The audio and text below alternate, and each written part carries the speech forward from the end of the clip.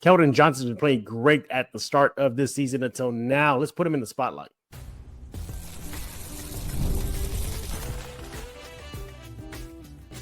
You are Locked On Spurs, your daily San Antonio Spurs podcast, part of the Locked On Podcast Network, your team every day. Happy Monday. Welcome back to Locked On Spurs, right in the Locked On NBA Network. I'm your host, Jeff Garcia, Spurs writer for Ken's 5 San Antonio. Glad to have you all back. Hope you had a great weekend. And hey, short week this week, right? Yeah, Thanksgiving ahead. By the way, happy early Thanksgiving. So hopefully you enjoy that time of yours and your family. Again, happy holidays from us here at Locked On Spurs. Be sure to subscribe wherever you get your favorite podcasts, iTunes, Spotify, Ken's 5 Plus app, YouTube. Do that right now. Become an everydayer. If you are an everydayer, thumbs up. Keep on doing that. Being that everyday guy, girl that comes here to Locked On Spurs, part of the Locked On Sports Podcast Network. That is the number one in the nation. Way to go, everybody. Hey, what are we talking about today? We're going to be looking at Kelden Johnson. We're going to put him in the spotlight.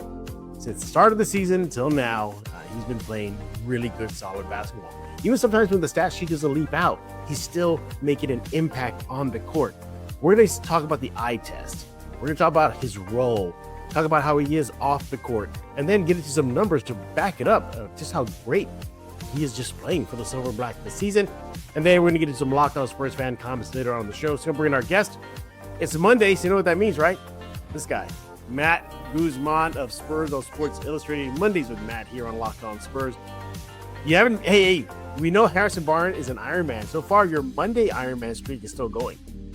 That's pretty good. Anytime I have a chance to extend that streak, I will. I'm glad it's going strong. Yeah, exactly. Yeah. We appreciate you, Matt, as always, taking time out of your schedule to join us here on Locked On Spurs. And again, make sure to follow me on X at MattGZMAN. You see it on your screen there, Spurs on SI.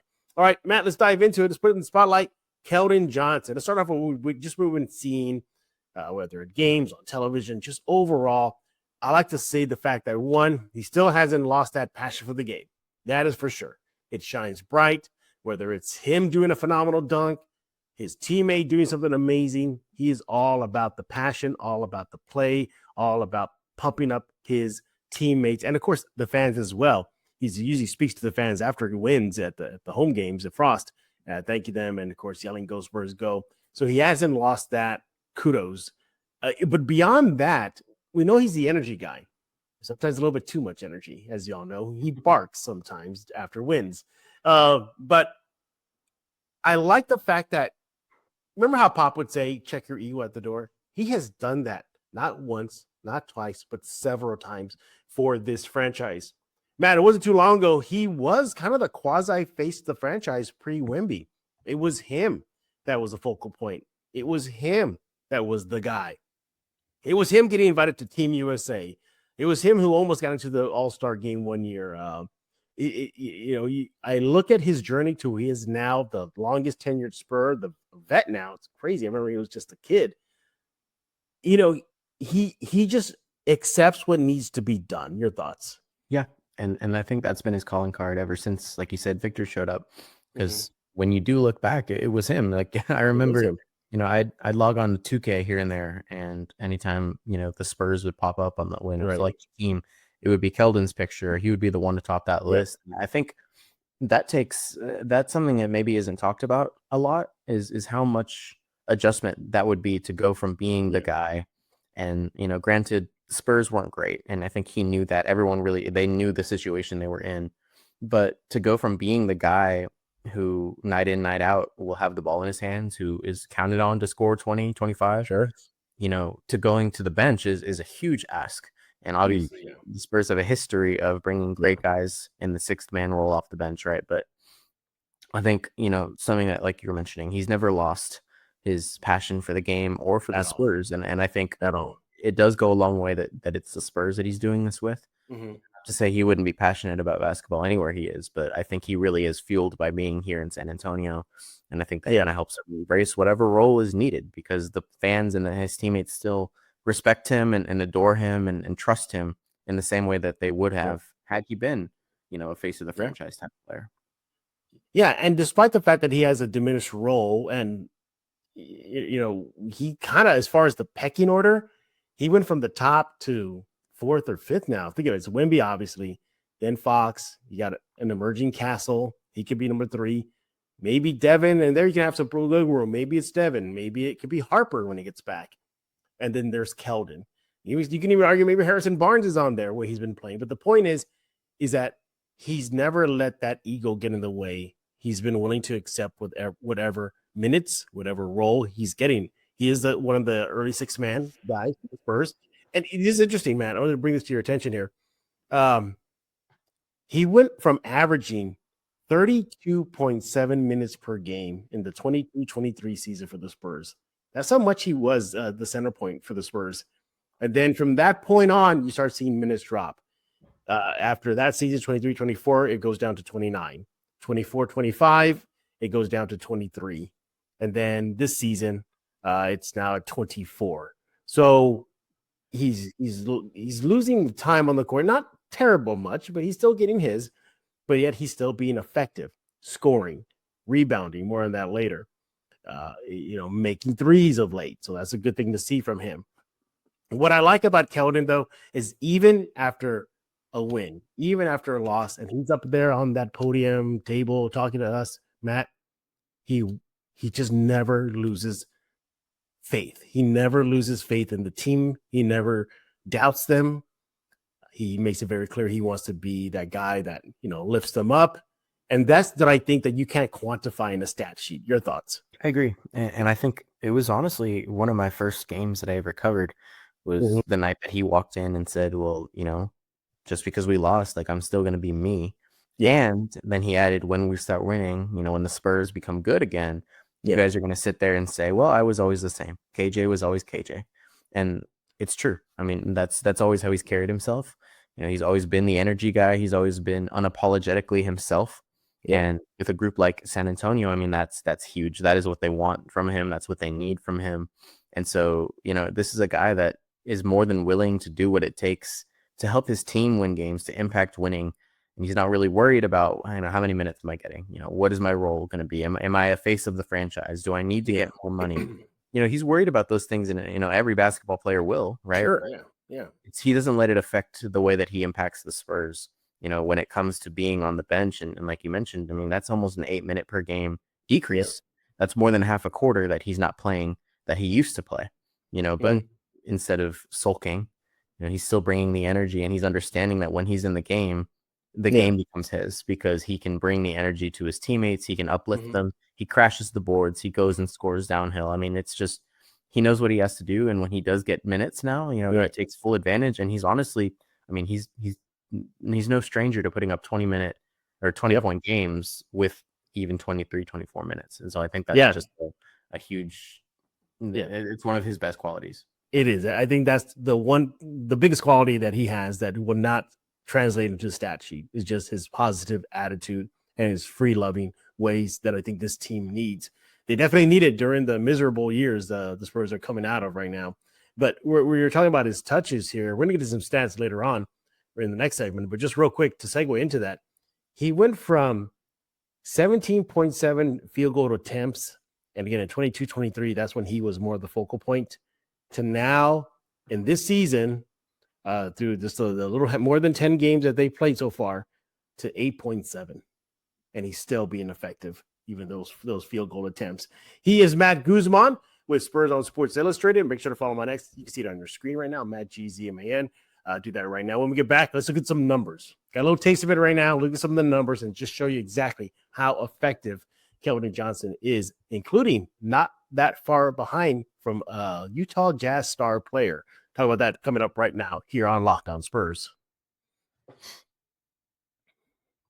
Let's be real, no one starts a business for the joy of calculating tax withholdings or managing payroll spreadsheets. That's where Gusto comes in to take the stress out of payroll benefits and HR so you can focus on running your business and supporting your team. Gusto is the all-in-one remote-friendly payroll and HR platform that makes managing your team simple, transparent, and fast. Whether you're hiring, onboarding, or paying employees, Gusto helps you do it all from one place without the hassle or hidden fees. Unlimited payrolls for one monthly price, which means no surprise charges at the end of the month.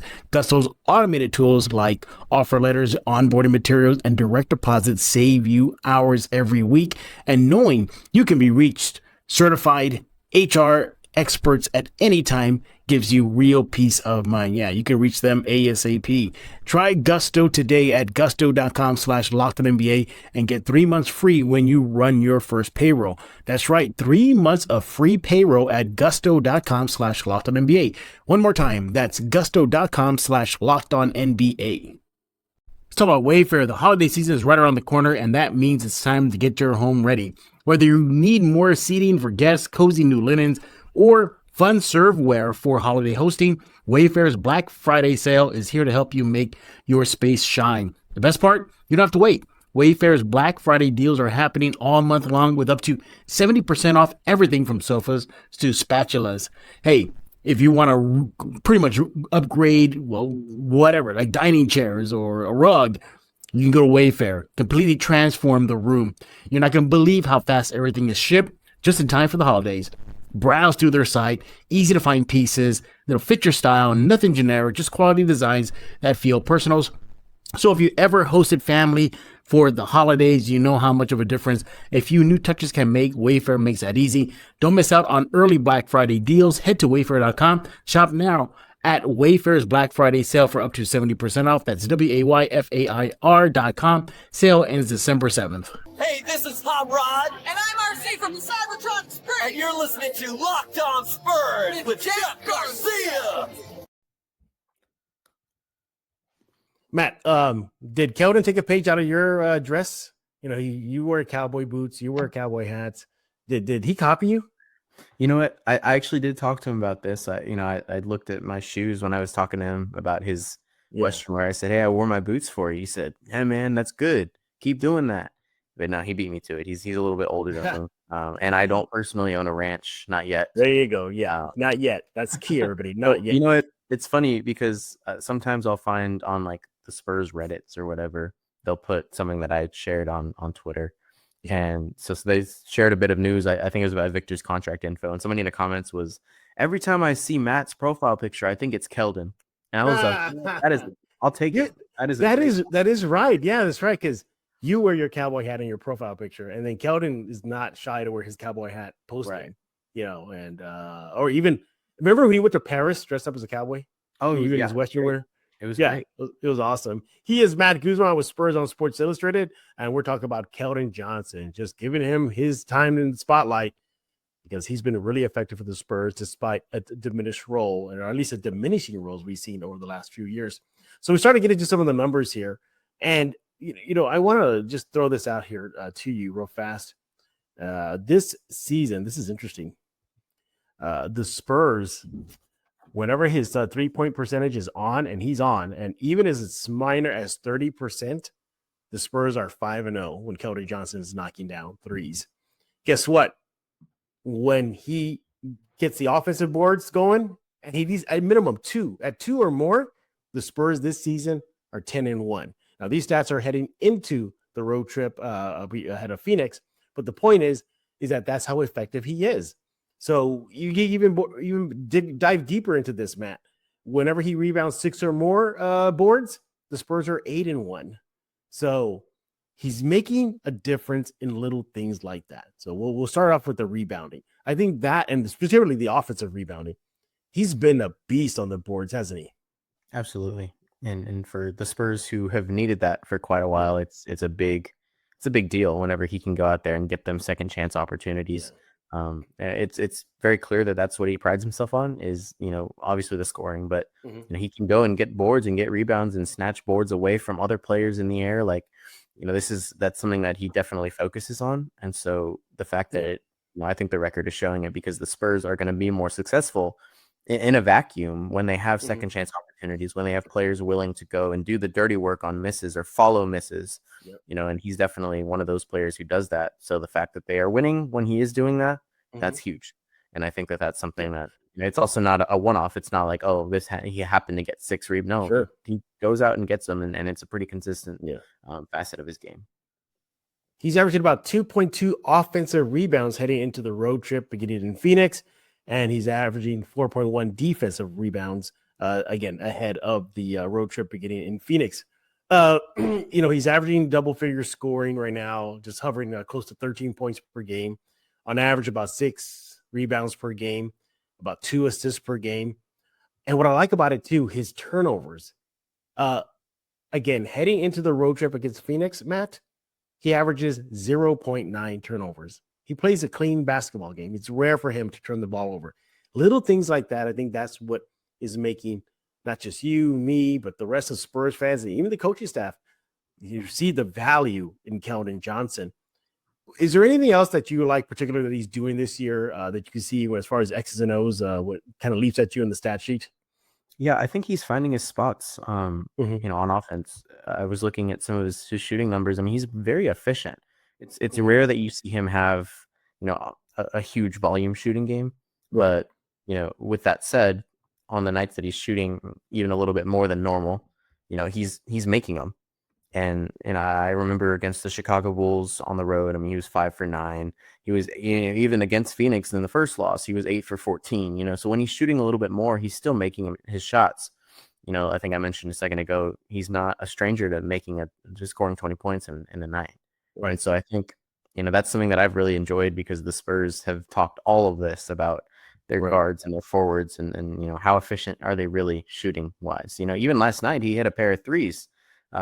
Or I guess that last home game, he hit a pair of threes, and that was huge for them because they needed. It was clear that 3-point shooting was going to keep them afloat, and so I think he's very efficient when it comes to with the ball in his hands, and like you mentioned too, I like that he doesn't turn the ball over because when you're not going to have the ball in your hands all the time, if the times you do have it in your hands result in turnovers, you're not going to get minutes, and so exactly to kind of come in where he is, and every time he has the ball in his hands, he's going to make something happen.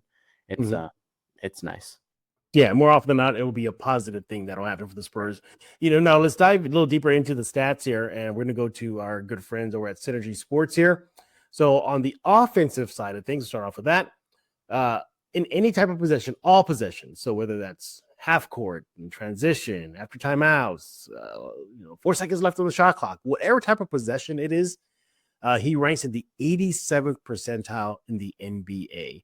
They rank him as excellent. Why? Because he averages 1.16, nearly 2 points per possession. So every time that ball is in his hands, he's more than likely going to score in any type of possession. So what does that also mean? Well, that puts him right behind a guy by the name of Lauri Markkanen this season, who's been tearing it up. Lauri just ranks just one above him in that department as far as just scoring in any type of possession. So that is pretty damn good for Kelden. All right, let's look at the defensive side now. So we switch the stats here. Again, when he's defending all types of situations, again, whether he's defending in transition against the other team or he's defending in half court, man defense, whatever it is, Synergy Sports rates him as a very good defender. And that puts him next to, let's see if I can pull up the numbers here or the names that he's surrounded by as far as other defenders. Of course, Synergy Sports now kind of blanks out. Here we go. That puts him ahead of a guy like Shai Gilgeous-Alexander.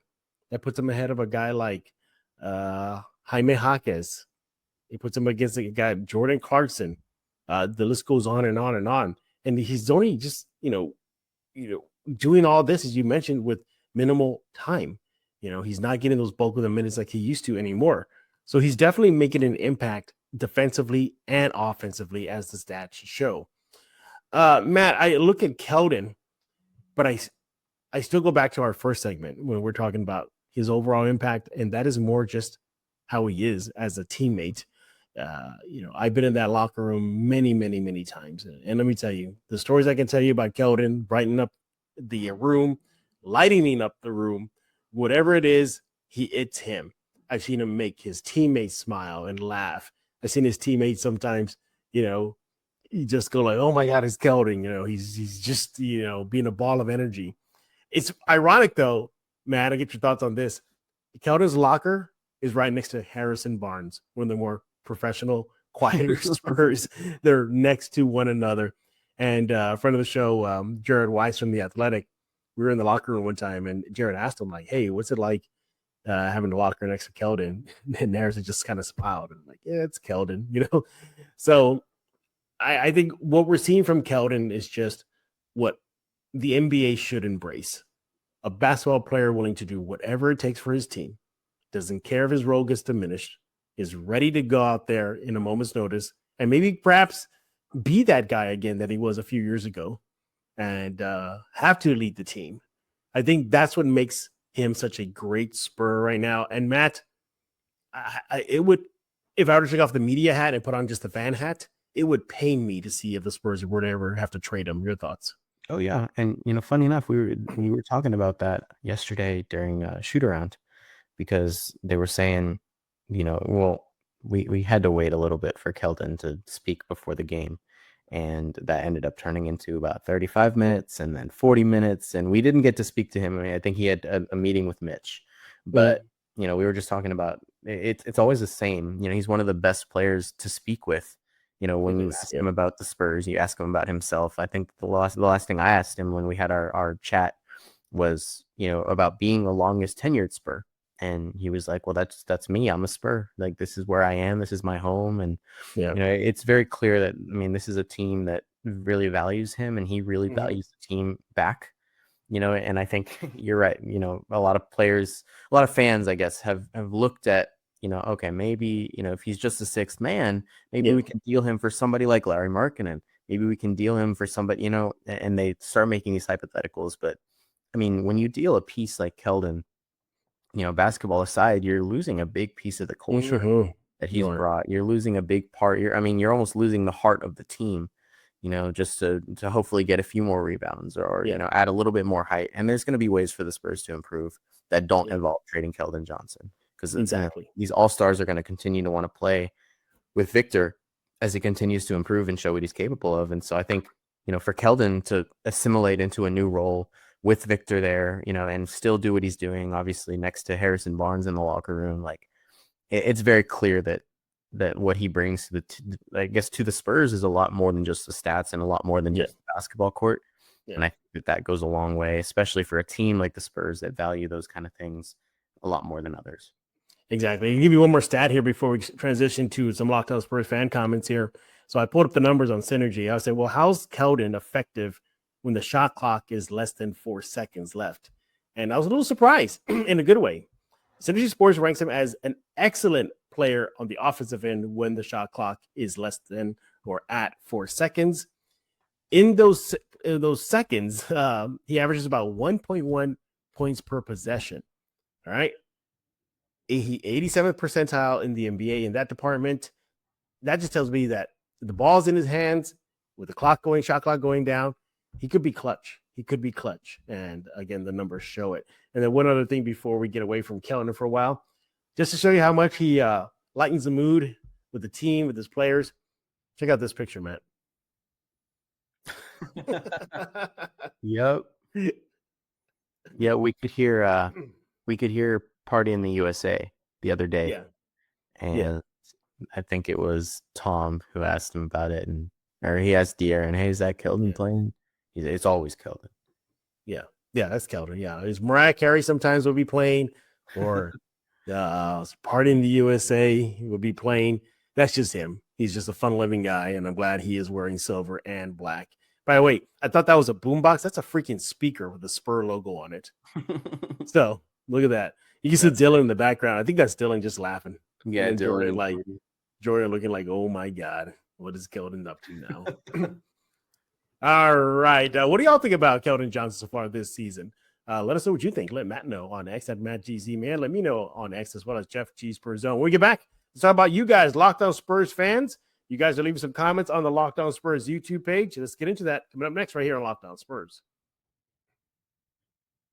The NBA is back, and there's no better place to get in the action than with FanDuel, the official sports betting partner of the NBA.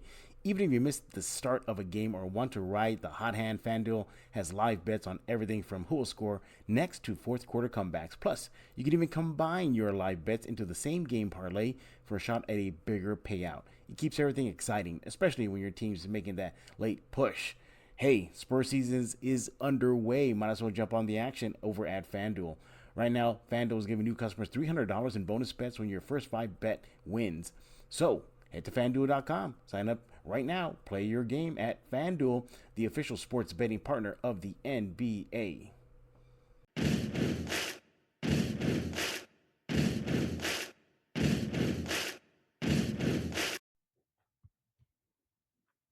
And we're back right here on Locked On Spurs, joined by Matt Guzman. It's Monday. Of course, Matt's going to be here Mondays with Matt right here on Locked On Spurs. Make sure to follow him on X at MattGZMAN. He is with Spurs on Sports Illustrated. More on that in just a few minutes. All right, guys, it's your turn. Locked On Spurs fan comments. Let's dive into them. This one is from Dalen Brown. He says, quote, and by the way, he's reacting to last Friday's show about how the Spurs will survive this grueling road trip they got without Wemby, without Castle. That's the assumption we're going with because they've been shelved for a few weeks. He says, quote, defense will be the key. If you're giving up damn near 130 a game and winning, that's dangerous on the road. Defensive rebounding, giving teams too many second chance points, opportunities, defend the three-point line. Too many opponents stand and take easy threes, standing clean at the three-point line around to defend. So someone has to be there to defend the shot. So he goes on and on about defense. He even mentions Luke Cornett should be averaging blocks a game. Well, we know we know Cornett's going to bring it. But Matt, where do you think the Spurs can survive this road trip? Because they have Phoenix ahead yesterday.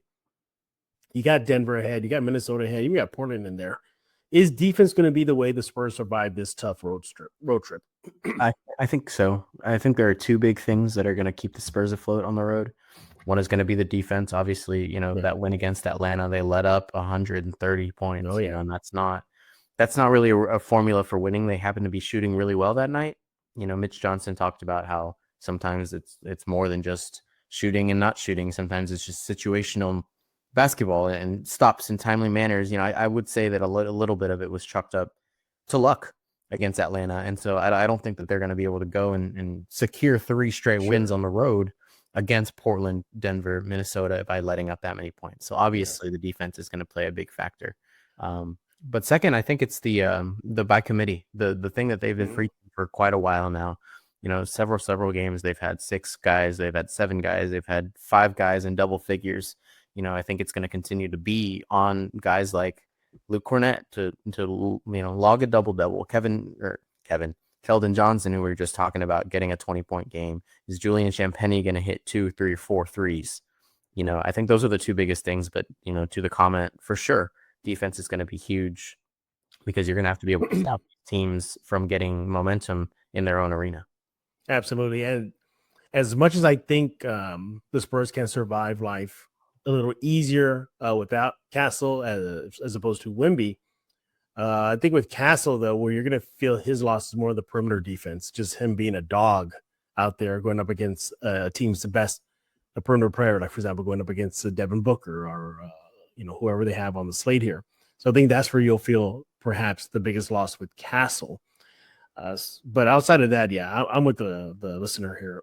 Defense is going to have to be the key for the Spurs to survive this tough road stretch. And by the way, I'm glad they're on a tough road stretch. One, because even before he got hurt, Wemby did say, and he did admit, he goes, he understands the Spurs schedule to start has been a little easy. And he recognized that this team hasn't played some of the tougher teams yet. Well, here it is. Just wish Wemby and Casa were in uniform to do that. All right, thank you for the comment there, Dalen Brown. We appreciate it. Let's go to our next comment here. I'm going to dig for it here. I know Matt's going to like this one. Here it is. It's from Jacques BOF 5726. He says, there are other young players who need to develop, notably Carter. It's all about Carter Bryant. There's something to explore here. We can't let him get too rusty like we did with Sissoko. This guy ends up losing confidence by playing it safe, despite his huge physical potential. We can see that Castle and Harper are more than excellent. Castle's ready, a master, blah, blah, blah. But yeah, that's where he's going with. So he's saying, Mitch, you got a few guys down. Why not throw Carter Bryant out there? And to Mitch's credit, Matt, he has played Carter Bryant a little bit more than I thought he would to start his rookie season. But there was some, I get what the commenter is saying, you don't want him to sit there. If you don't want him to sit there, just send him to Austin. Might as well. But use him. What do you think? Do you think Mitch should be using Carter Bryant a little bit more? Yes, in general. And it's not, I'm not sitting here saying, Mitch Johnson, you need to do this. Yeah. It's more so, I see the benefit of throwing Carter Bryant out there for a little bit, And like you said, I mean, he's been getting a little bit of run time. I know against Atlanta, he was the only player who didn't score, but he only had 2 minutes. So it's not much you can do in that time frame. We actually talked to Luke Cornett about this, and he was, very appreciative, and he was pretty strong on Carter Bryant. I think a lot of these guys are, because they see, what he can do on the defensive end, especially, the way he can get up to get a bucket if he needs to, or move with the player with the ball in his hands. And I think that's something that's going to get him minutes at the end of the day, is going to be his defense, but at the same time, like you said, there's a world where he goes to Austin for sure and spends a little bit of time there to get more reps and get used to that. But at the same time, while there are guys out, I'm sure he's going to see minutes in just about every game. Might not be a lot, but at the same time, it goes back to depth, because, there's a world where he will, maybe he was supposed to get 10 to 12 minutes against Atlanta, and then David Jones Garcia did what he did. Maybe another game, Julian Champagny is shooting 1 for 8 from 3, and you're like, okay, maybe when he's West, else in there. Maybe Lindy Waters gets hurt or has to miss a game. You never know what that availability is going to look like. So it is instances like that where they will turn to guys like Carter Bryant. But I mean, I'm all for his development. I'm really high on him. Very excited about what he can do, especially as a two-way player. One of those guys that teams need. Teams really do need 3-and-D players more than ever.